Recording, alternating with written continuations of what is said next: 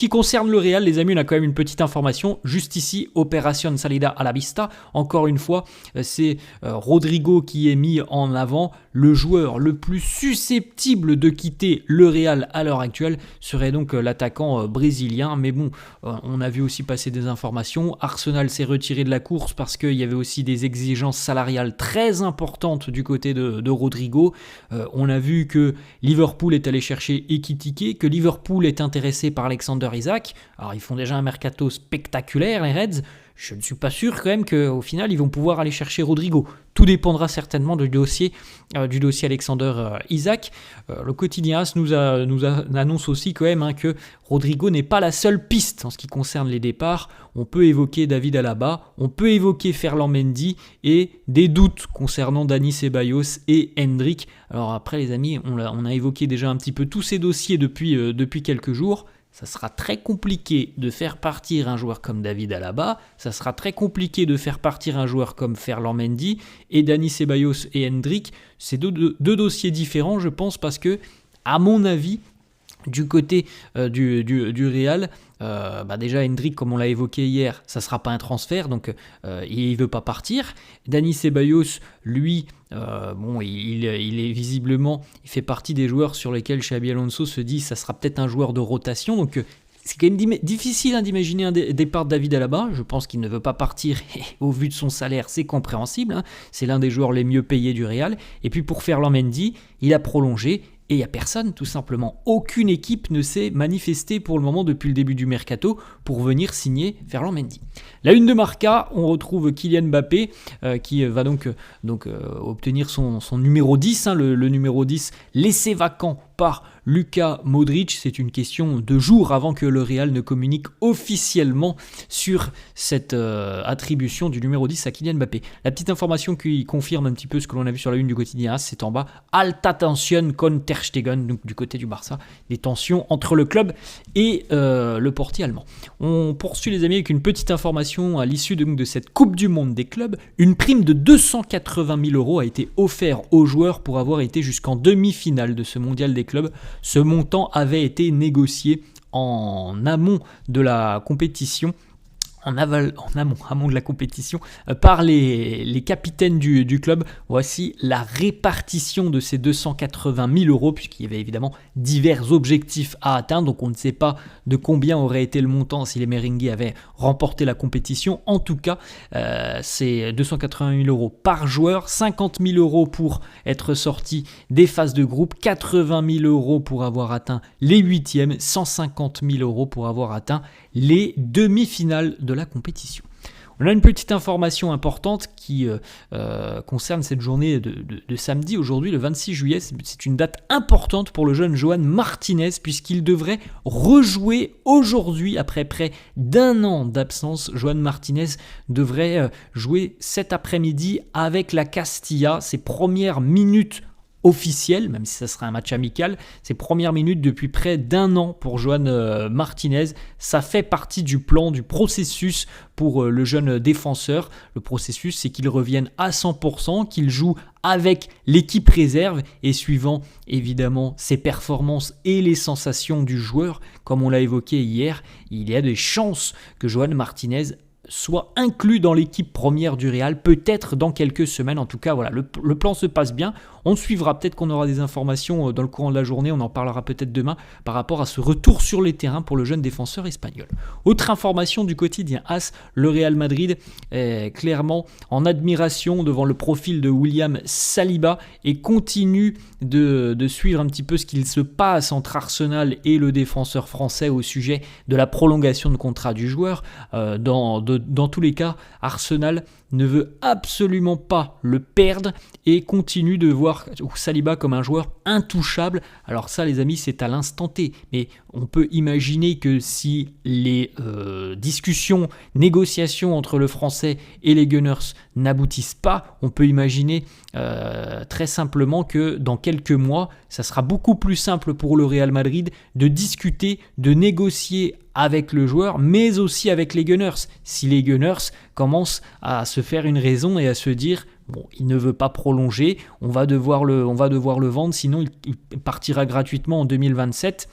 Bon, il peut se passer beaucoup de choses, les amis, avant 2027, mais en tout cas, on comprend la position d'Arsenal qui va faire tout son possible sur les prochains mois pour continuer les discussions et peut-être tomber d'accord, c'est ce qui peut arriver aussi, mais on comprend aussi que le Real continue de le garder entre guillemets sous la main dans sa ligne de vision, parce qu'on se dit, dans quelques mois, lorsqu'il va entrer dans la dernière année de son contrat, les choses seront différentes pour négocier et discuter. Petite information du quotidien AS, Xabi Alonso fait confiance à 100% à Eder Militao.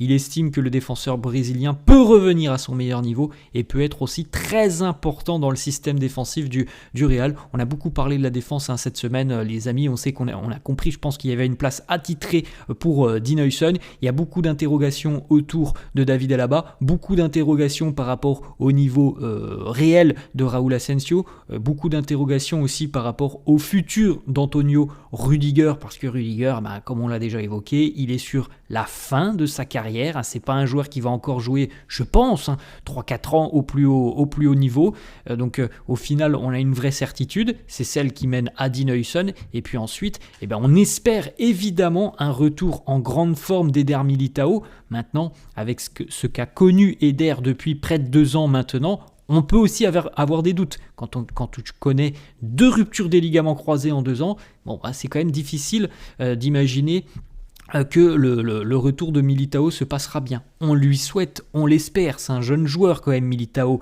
il est dans la force de l'âge, donc on espère qu'il va retrouver de très très bonnes sensations, mais on peut se poser des questions. En tout cas, moi je fais confiance à Militao, c'est un vrai guerrier, je suis persuadé qu'il va avoir un rôle très important à jouer cette saison. On poursuit les amis avec une petite information du quotidien, la SER qui nous annonce qu'il y a des problèmes entre le Real et Vinicius Junior, parce que Vini tout simplement veut le même salaire que Kylian Mbappé, ce à quoi le club lui a dit non au vu de tes performances sur la dernière année sur le terrain, on ne peut pas t'offrir le même salaire que Kylian Mbappé, donc pour le moment le blocage semble réel et complet entre le Real et les demandes de Vinicius ainsi que de ses agents, selon la SER. Alors peut-être des informations à prendre avec des pincettes, mais selon la SER, dans un an, si on en est toujours au même stade, on ose espérer quand même que dans un an, les discussions et négociations auraient quand même évolué, mais selon la SER, dans un an, si ça ne bouge pas, Vinicius pourrait être vendu en 2026. Autre information de la SER qui nous dit le rêve du président Florentino Pérez serait d'aligner en attaque Kylian Mbappé vraisemblablement à gauche et Erling Haaland en plein axe. Bon, on verra les amis, tout dépendra certainement de ces discussions avec Vinicius Junior. Et puis Erling Haaland, il faut aller le déloger du côté de Manchester City et ça ne sera pas simple. Petite information du côté du Real, il n'y a absolument aucun débat sur Brahim Diaz. Le joueur veut continuer à grandir, à progresser. Xabi Alonso compte énormément sur lui et d'ailleurs Xabi Alonso pense que Brahim peut tout simplement être le remplaçant de Jude Bellingham pendant 2-3 mois lorsque Jude, pendant l'absence de Bellingham par rapport à sa récupération suite à son opération, on considère que Brahim peut être un remplacement de choix pour combler l'absence de l'international anglais. Une petite photo de Jesus Valiero qui évolue donc du côté d'Albacete. Là, il pose avec ses nouvelles couleurs. On lui souhaite le meilleur pour cette nouvelle saison. Autre information, on a de grosses écuries. Le Real, Manchester City et le Bayern, ainsi que d'autres grosses écuries qui ont participé notamment à la Coupe du Monde des clubs et qui sont en train de s'appuyer sur les progrès technologiques, notamment de l'intelligence artificielle, pour essayer d'identifier et de prévenir en amont certains problèmes physiques et les blessures de certains joueurs. Quand on voit ce que l'on peut faire maintenant avec l'intelligence artificielle, oui, c'est peut-être une porte pour travailler là-dessus en ce qui concerne les blessures et surtout la prévision de blessures. Peut-être qu'il y a quelque chose à analyser là-dedans. Donc le Real travaille là-dessus, on est en train d'investir un petit peu. Ensuite, on termine les amis, une petite information. La société Intelec a confirmé avoir remporté le contrat pour la mise en place de LED à l'extérieur du Bernabéu. Donc la façade extérieure du Bernabéu devrait compter près de 10 000 lumières LED de dernière génération. Donc là, évidemment, les amis, on a une image d'animation, mais ça pourrait ressembler à ça. Donc on verra ça, je pense que ça sera installé peut-être dans quelques mois maintenant.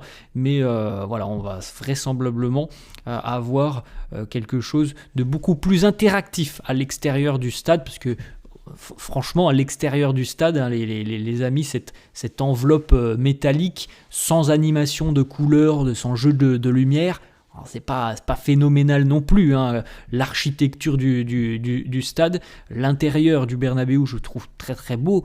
L'extérieur, je suis pas fan de l'architecture toute métallique. Voilà les amis, la fin de cette vidéo, j'espère que ça vous a plu. N'hésitez pas comme d'habitude à lâcher un petit pouce bleu. N'hésitez pas non plus à vous abonner à la chaîne. Je vous souhaite une très bonne journée. Je vous dis à la prochaine. Ciao.